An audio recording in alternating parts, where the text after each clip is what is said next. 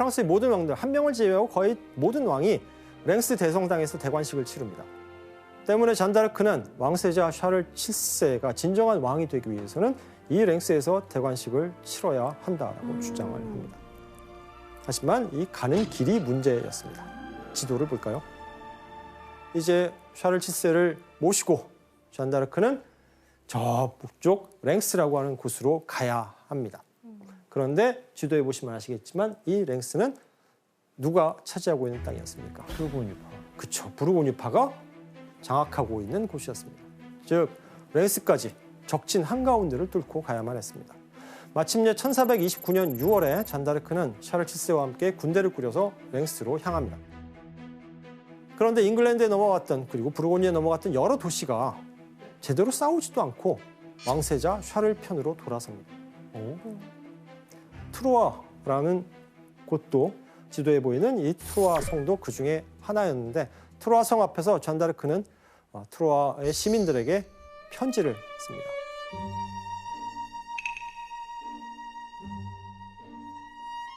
충성스런 프랑스 사람들이여, 여러분의 생명과 재산을 잃을까 두려워하지 말라. 모두 샤를 국왕에게 나오라. 그대들 앞에 생명을 걸고 말하노니 거룩한 왕국에 이미 속하거나 앞으로 속하게 될 모든 도시에 우리가 들어가 선하고 확실한 평화를 이루어낼 것이다.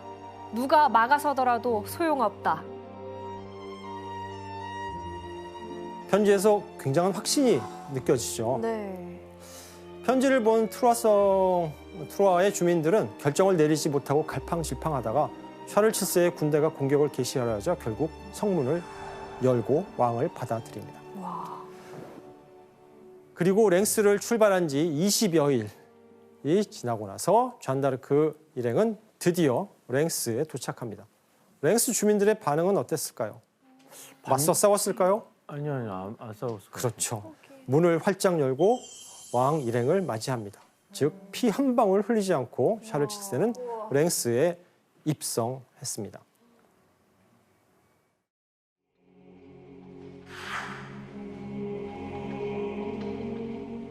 대관식 내내 잔다르크는 이렇게 깃발을 들고 샤를 7세의 곁을 지켰습니다.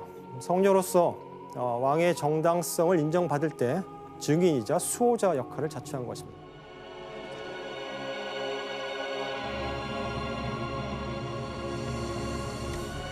이로써 이제 샤를 7세는 왕세자가 아니라 이제 정말 정식으로 프랑스 왕이 되었습니다.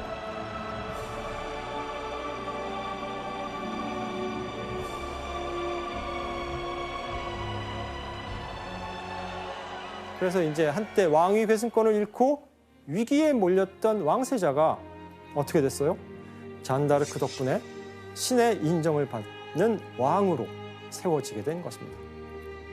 이때 왕을 인도한 잔다르크의 명성도 절정에 달합니다. 적진 한가운데를 뚫고 왕의 대관식을 치른 것이 또 하나의 기적으로 여겨졌던 것이죠.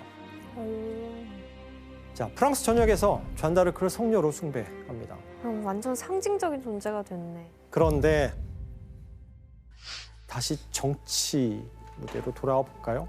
프랑스에는 2명의 왕이 세워졌습니다. 그 간단하게. 헨리 6세, 깐난하게 헨리 6세. 그리고 이제 샤를 대관식을 7세. 거친 샤르르 7세입니다. 잔다르크가 지지하는 샤르르 7세, 잉글랜드가 내세우는 헨리 6세. 이 2명의 왕을 두고 프랑스가 둘로 쪼개진 상태는 계속 유지됩니다. 그럼 여기서 또 잔다르크가 활약을 하나요?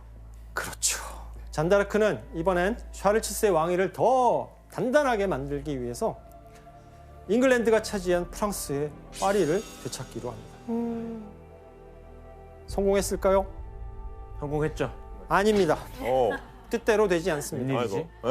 자, 군대를 이끌고 파리로 돌진했지만 잔다르크는 부상만 당한 채 퇴각합니다. 잔다르크의 첫 번째 패배입니다. 그런데 이때부터 잔다르크의 전과가 그리 좋지 않습니다. 연달아 패배를 거듭합니다. 왜였을까요? 프랑스 왕 샤를 7세는 대관식 이후에 사실 전투를 계속 이어갈 의지가 없었습니다. 누가요? 프랑스. 왕 왜요? 샤를 7세가 원래 유약하기도 했고 다른 방식 다른 전략을 고민하고 있었기 때문입니다. 그래서 잔다르크는 계속 싸우겠다고 하니까 그냥 소규모의 병력만을 지원했던 겁니다. 바로 다음 해 봄에 잔다르크에게 비극이 닥치게 됩니다. 더 이상 귀에 무서 목소리가 들리지 않아요. 네, 이 사건은 꽁피에뉴라는 성에서 일어납니다. 꽁피에뉴가 적들에게 함락될 위기에 처했다는 걸 들은 잔다르크가 소규모의 군대를 이끌고 꽁피에뉴로 출정하게 됩니다. 하지만 이 전투는 만만치가 않았고 성 밖으로 나가서 싸우던 잔다르크는 이제 적에게 쫓겨서 다시 성 안으로 후퇴해야 되는 입장에 서게 됩니다. 그런데 잔다르크가 꽁피에뉴 성 안으로 들어서려는 순간 꽁피에뉴 성의 지휘관이 성문을 잠궈버립니다.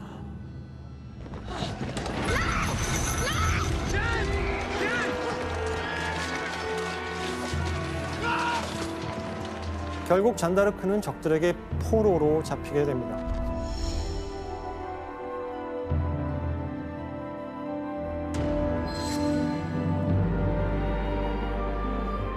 이때 잔다르크를 사로잡은 건 잉글랜드와 손을 잡은 프랑스의 부르고뉴파였습니다.